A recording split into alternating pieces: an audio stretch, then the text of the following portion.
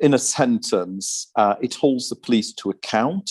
The Police, Fire and Crime Commissioner is always on the side of the victim, and the Police, Fire and Crime Commissioner sets the policing and fire plans for North Yorkshire and then holds the two chiefs to account for the delivery of those plans. And how does it do that? How do you hold these people to account? Well, first of all, they're handling public money. So the police and fire budgets together are in excess of £200 million. So we're talking substantial sums of money. The police this year have just received from the government an uplift of £8.4 million to fund extra police officers.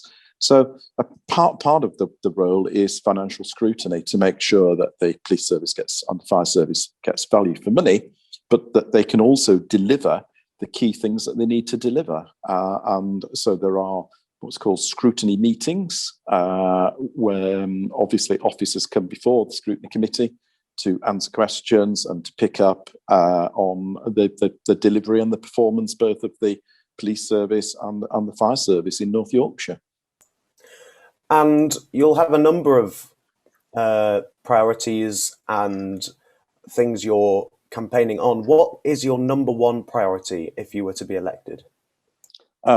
Keeping people safe, in summary. And that can manifest itself in a number of ways. So for students, and I think that's possibly one of the most important things, for example, we have CCTV cameras in York, we have them elsewhere, in Harrogate, in Scarborough, and even places like Rydale, but the cameras don't talk to each other, the cameras don't always give police real-time access, and sometimes even make the police make requests for footage. If we're going to keep people safe, we need to connect all those cameras together. We need to give the police real-time access. And of course, there needs to be certain safeguards in there. But it's things like that that will make a difference and make our streets safer. For students going out on an evening, they want to make sure that they're safe. So as part of my plan, we're going to put some plainclothes police officers out, particularly to keep women and girls safe, not just in York, but within other urban areas as well, like for example, Harrogate. And then thirdly, drugs. Drugs are a problem, and I know students dabble with drugs, but the truth of it is we've got over 43 county lines drug dealing gangs across North Yorkshire, preying often on school children to be couriers, preying on vulnerable people to where they can use their home as a storage depot for drugs. It's just not acceptable. So we have to reach out and really take a hard line on people who are county lines drug dealers. And you mentioned, sorry, go on. No, that's okay, and take them out for a long time. You mentioned the cameras there, just to pull back to that. And one of the things you said was that they don't talk to each other. If you were to be elected, you would be succeeding a Conservative in the role. Do you think that impacts your campaign? Will people look at any shortcomings so far and think, therefore, that you may continue on lines like that?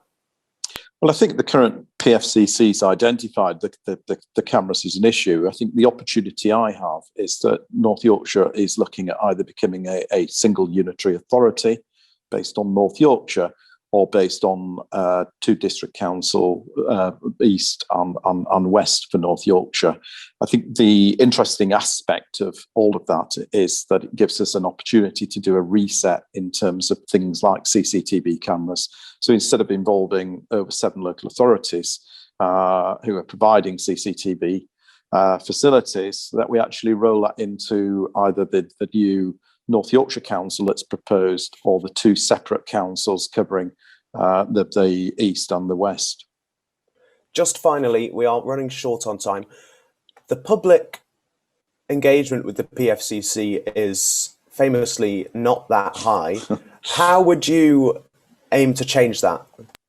I think there's a number of ways. First of all, being involved in the community and talking to people about what the PFCC does, and opportunities like this are great opportunities for doing that. But I think in addition to raising the profile of the role and actually demonstrating to people the importance it plays, not just in terms of financial prudency and actually identifying where money's spent and where we can spend more money, because the budget is increasing, it's not decreasing in terms of the police, but also showing and demonstrating the value it brings to communities through things like safety partnerships, etc.